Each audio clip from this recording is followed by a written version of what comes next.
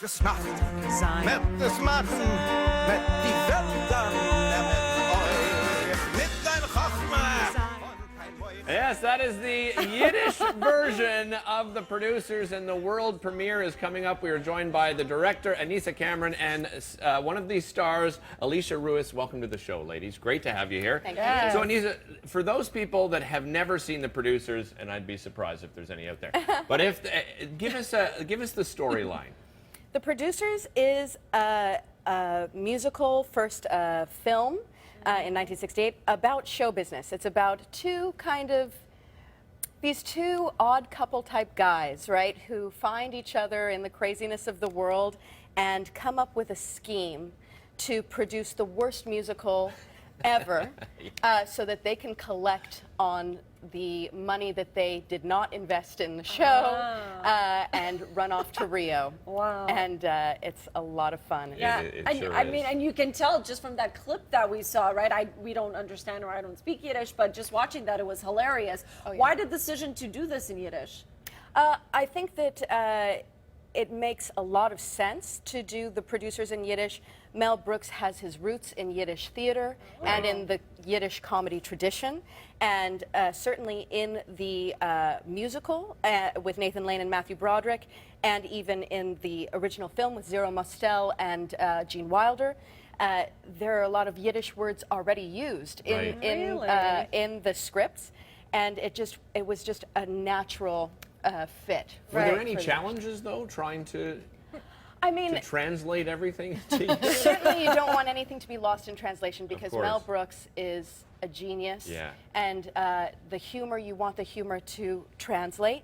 But the team at the Dora Wasserman Yiddish Theater and the Segal Centre for the Arts, for the Performing Arts, is an amazing team, and they did a tremendous job in translating it to Yiddish. And there are English and French subtitles for those of you Yes, and there's who some wanna go English see. in the show as well. It's not, there's some English in the show as well. So Alisha, tell us about your role. You play Ula, correct? Yes. So tell us about Ula. Yeah, so she is the love interest of one of the two producers, and she shows up looking for a job. She's an actress, and she basically is a bit of a point of contention between the producers. They're in competition for her attention. She's in competition for herself. She wants to be a star. She wants to be a showgirl, and she's some comic relief as well. She's a lot of fun. Right. Well, tell us a little bit about the rest of the cast. Obviously, you've come together. When you put on roles like this, you become so close in such a short period of time, don't you? Yes, absolutely, and they're a great gang of people, and it's a good range of ages as well. Like we have teenagers all the way up to ages we won't reveal, and for the sake of our cast members. And it's a really, really diverse gang in terms of people. There's people who have done professional theater. There's people who have done it just for fun. There's young professionals. It's a big variety. But I mean, you really have to be talented, because I imagine many of the cast have to be that triple threat. They have to know how to dance, they have to sing, they have to be great actors as well. So you're a triple threat is what he's saying. I like to think so. Yeah. The Producers, like you said, first made its mark back in the 60s, right? So this is like 50 years ago. And still, I mean, you talk about the Producers, and it remains so relevant today. Why do you think that is? I think it's just, I think good humor is timeless, so I think that's part of it. Even recently there was a piece, you were talking about late night hosts earlier, and there was a piece which sort of played off of the Producers with Nathan Lane and Matthew Broderick, based on the whole Trump business that's going on. And it was, again, it was brilliant. We're like, this is perfect. It's so timely, and it continues to be funny. It's just it's a great story. Anisa, when you're directing something like this, I mean, your role is a difficult role, because, again, you're dealing with, music, dance, song. How does that role change when it comes to musical theater like this, as opposed to doing other types of theater? Well, as a director, it's a collaborative process, and we have a wonderful team that we're working with.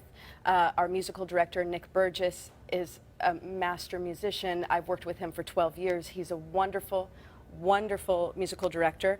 Jonathan Patterson is our choreographer, and he also is just an amazing guy. He's also playing Roger Debris in the show. Oh, really? So he's wearing many different hats in the show.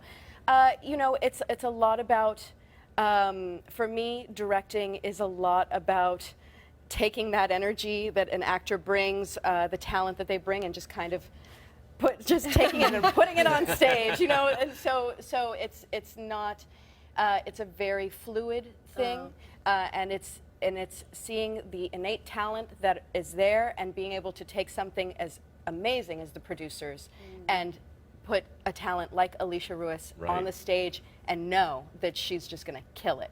You know, she does, and she does. Yeah. Okay, so you've convinced me. We need to go see this. So here is the information for you all. The producers, a new Mel Brooks musical playing from June 19th to July 10th at the Segal Centre for Performing Arts. More information at btmontreal.ca on our show notes portion of our website. Tickets start at $44. You heard them. Sounds like a great performance. Thank you both.